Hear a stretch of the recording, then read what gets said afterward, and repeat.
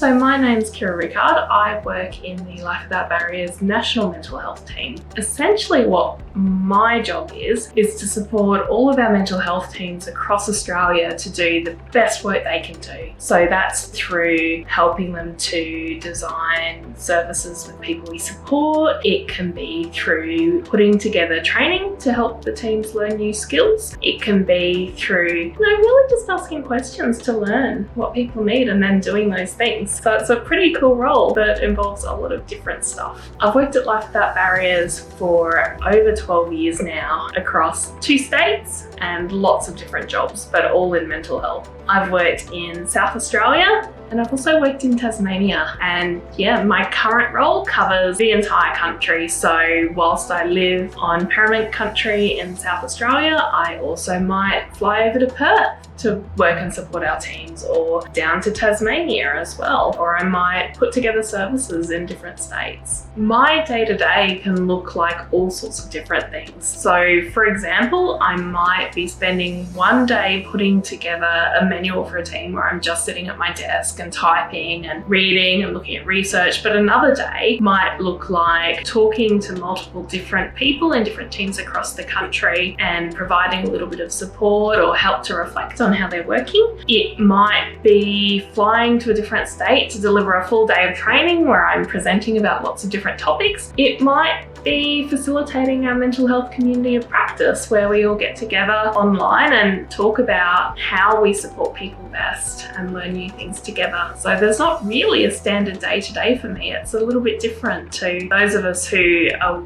working directly with people, but it's all about supporting that work. For me, it's because I grew up never really feeling very safe and never really feeling like I fit in, and so I have my own lived experience of mental distress. And I went to university to study psychology, and when I was at university I was learning all about the ways in which I was abnormal whilst having therapy for things that I was struggling with, right? And it wasn't really until I went to a placement in a peer-led support service that I really felt that I had found the community and knew what I wanted to do. So even though I went through university and did placement and I'm now a psychologist and a counsellor, I think in my soul I'm very much a peer worker, and I use my lived experience of distress and recovery to support how I support our teams. And when I was working directly with people, I also used it to provide that hope and mutuality and care to support people in their journey of recovery. The thing that I find most meaningful about the work is when I get to see that our teams are doing work that help people to thrive and to live their lives the way they want to live them. It's just the greatest privilege to be able to support that happening and to put things in place that allow our teams to do that work really well. I used to work directly, and then the most meaningful thing was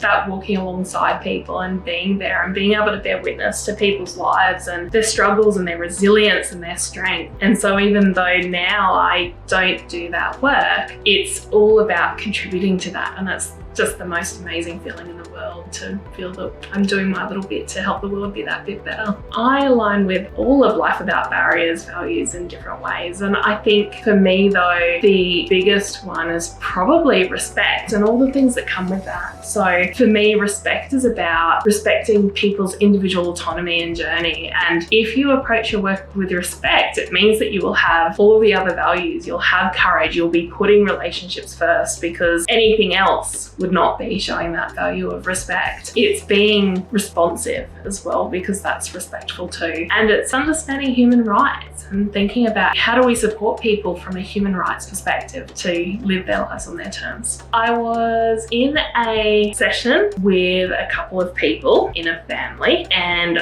I was talking about something, and the person I was working with told me to shut up. I don't want to talk about that. Can we talk about something else? And people might think that that's like not a great thing, but I was so excited. I was so happy, because one of the things that's really important is helping people to be able to have a voice, to speak up, to say if they want something different. And many people that we support in mental health have had lots of experiences where they haven't felt safe to be able to speak up. And for me and for that person, that felt like a huge breakthrough, that they could say, no, I want you to change direction. I want you to do something else. It was just absolute gold, and it was also really funny. They were advocating for themselves beautifully. Person-centered care to me looks like putting the person at the center of all decision making. It's about mutuality. So that idea that I don't sit above people. I do not make decisions about other people's lives. People make the decisions about their own lives, and it's my role to respond to the person in front of me and the decisions that they want to make. It's about putting them, and also their families and carers and the people who are really important in their life, whether it's someone's parents or a sibling or a partner or friends, or if someone's at school or a workplace. It's about understanding the context of the person's life and what matters to them, and then working in a way that allows those connections to really shine. The biggest challenges that people face when accessing mental health services actually aren't about mental health services at all a lot of the time. It can be things like poverty, housing insecurity, all the different facets of our society that combine to increase people's distress. Within mental health, one of the challenges is that we work in systems that can be a bit under-resourced, so people don't always get the care and support that they need. They don't always get the right support either, and that can be really, really tricky. Some people, particularly people who've experienced being in mental health care for a long period of time, have had lots of difficult life experiences, and it's really important to be trauma informed and sensitive to people's experiences and understand that people come with a whole lot of often really difficult things that have happened as well. I am a huge believer in self-care and also in community care, right? Like, I don't like the idea of self-care being this thing that you just do as an individual person on your own, off in the wild. It's about connection for me, and that can be connection with other people, but it can also be connection to things that are meaningful for me. So some examples of things that I do for self-care: I draw, I paint, I go on massive road trips around the country, I chase the aurora australis and sit on deserted beaches in the middle of the night taking photos of black. I also really get a lot of meaning from activism and from advocacy and speaking up, and even when that's really difficult, if I am doing things that are meaningful, that feel purposeful, that's actually self-care for me as well. That's really, really important. And I kind of approach things from the idea that, none of us are around forever. So what is the legacy that I'd like to leave? How do I want the world to be? Do I want it to be better when I'm gone? And if I do and I'm working towards that, that's actually looking after me as much as it is looking after the world. I've learned so much from the people I've supported. It's been the most incredible privilege. I've learned that there's always hope, even when things are dark, even when horrible things have happened in people's lives that I wouldn't wish on my worst enemy. There is always hope for a better world, a better life, and for recovery. I've learned about the power of human connection as well. So not just with me as service providers, but of being able to connect with one's community, of being able to connect with not just those formal services that we hear about where you refer people to places, but about even just being able to go to the shops and having the same person at the checkout every time and saying hello, or going for a cup of coffee, or going for a walk and connecting with nature. I think that power of connection, and I've seen time and time again that when I've worked with people whose worlds have become very small because of the things that they've experienced, it is incredible seeing what happens when their worlds get bigger. I think that what I would change is a little bit of the hierarchy in services. So the way things tend to be in Australia and in lots of other countries as well is that there's a hierarchy where the person at the tippy top of the hierarchy is, like a big boss who has like a clinical background or is an executive, and that's a really important role. We need that. But in terms of the value and where we should be putting our attention, it's actually a little bit flipped around, because where we need to be putting in the most care, support and attention are people with lived and living experience. So we do need both, but I think it would be about shifting the scale a little bit. So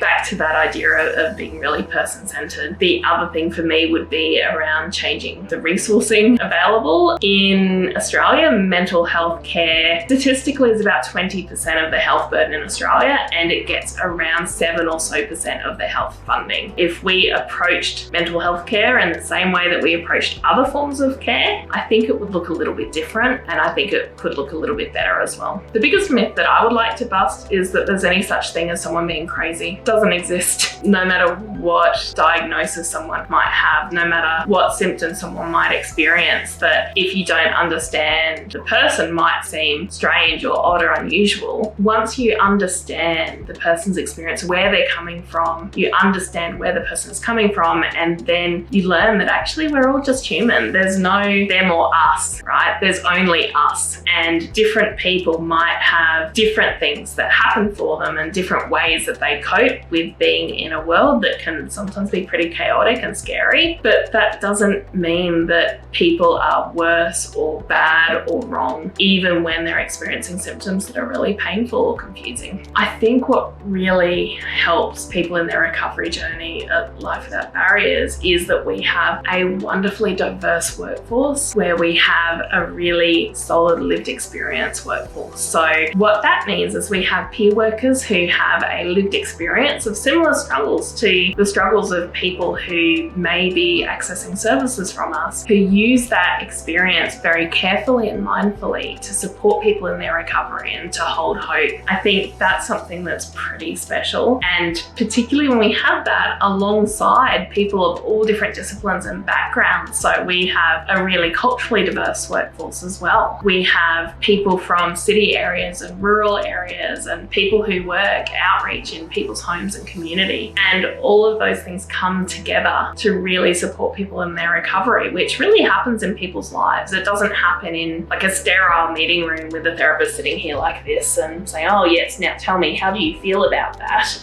We often ask how people feel, that's important, but it actually happens in people's lives. So I think that we connect with community and we connect with people where they are, and we come from quite often very similar places, I think is really important to supporting recovery. People recover much better when they're at home. Hospital settings are not actually where people recover. In psychiatric services, sometimes it's important for people to be there because they might, for example, want a new medication. They might need some support around safety, or home might not be an okay place for them and they want to or need to be in hospital. However, that might be somewhere where people can get like a little glimpse of some stability and some care, but that's not where people live. We don't live in hospital, we live in our homes, we live in community. And so that community setting is where recovery really happens. We can do a little bit to support when people are in hospital, but it's everything else. It's all of the other hours that people in their lives spend at their homes, in their communities, and with their connections there. That's how we form identity, not so much from just being in like acute care or hospital settings. I would say do it if you've taken some time to really reflect and to consider what your values are and how they align. Mental health is an area to work in when you have deep respect for other people and you have compassion and empathy, and also though the ability to allow people to make their own decisions. Sometimes when we work in mental health, it means that we have to hold lots of uncertainty. You know, we might be working with people who are really distressed, who have lots going on in their lives, and it's really important when you work in mental health to understand that people are tougher than we think, and so we can be there as a support, but we also need to make sure that we're able to get out of our own way and other people's ways a little bit to give them the space to be able to thrive and to live on their own terms. So I love working in mental health. I really love supporting people who are interested in working in mental health as well. That's another part of